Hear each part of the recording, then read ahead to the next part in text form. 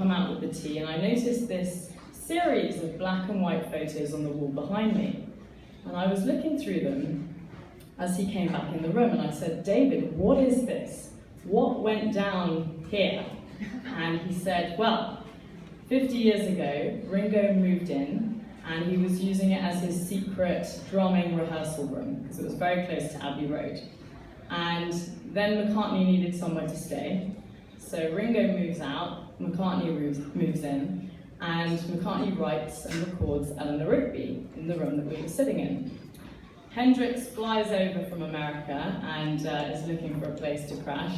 Personally, I wouldn't have given him my flat, but just as an aside. And McCartney says, "Okay, I'm moving out, you can move in." And so Hendrix lives at 34 Montagu Square. He has a partner at the time whose middle name is Mary, and whenever they argue, he calls her Mary to piss her off because she hates it. So one night after some tempestuous argument, she storms off and he writes and records The Wind Cries Mary in the room where McCartney wrote Eleanor Rigby. He actually, unfortunately, gets evicted shortly after that for whitewashing the walls when he's high on acid. And so Yoko and Lennon move in and restore the piece and get naked, basically. So this was just something of the history of this one room that we were sitting in. And it was like discovering the secret Abbey Road studios. Very few people knew about this place, even fewer had visited. And I was already imagining, concocting up this vision of us recording the album single live in this room. So there was a story, but it wasn't quite complete. And then later that same week, I went to a friend's book launch for a book called Digital Handmade. And I was introduced to one person, a textiles designer called Beatie Wolfe, who essentially takes music and converts it into fabric.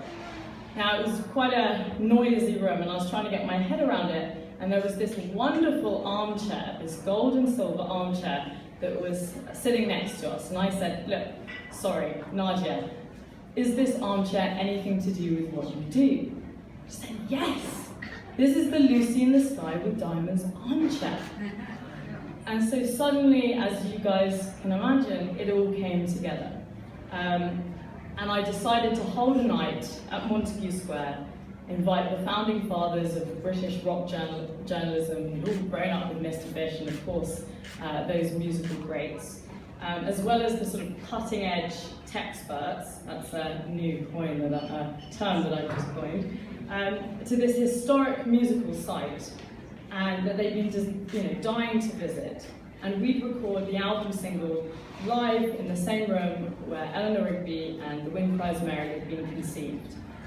And this live recording, complete with all of the resonance, all of the rich history, the audience applause, would then be translated into a wonderful piece of fabric by Beatie Wolfe and cut into this signature jacket. So not only is this the first single that was recorded in that room since the golden era, but this is the first bespoke piece cut by the tailor who dressed Hendrix, Bowie, Jagger, Mr. Fish since the 60s.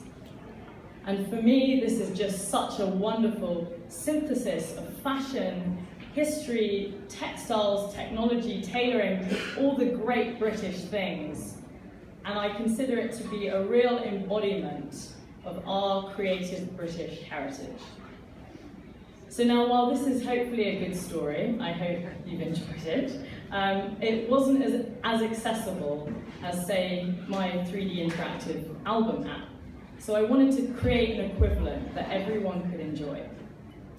And earlier last year, I met the CEO of a company called Moon, and he presented me with this beautiful gift box that they designed for Art Basel. And it actually looked exactly like a mini box set of vinyls. And then 10 minutes later, he was talking about the NFC-enabled business cards that we were about to launch. And now these were two separate conversations, really, but in my mind, I put them together. And I thought, why wouldn't you create a beautiful, tangible object that is enhanced by digital immediacy. So, as well as this rather off-the-cuff musical jacket, Montagu Square was also released as the world's first NFC album deck. And just to bring the two worlds together, NFC enabled this jacket as well, which gives everyone an excuse to come and tap me afterwards to hear the song that's woven into it. And now, I guess the only thing left to say is that music is at the core and at the heart of everything that I'm talking about. It's a love of music. And so we're going to perform to you now live. It will be 3D. It can be interactive, depending on your participation. And it's certainly NFC enabled.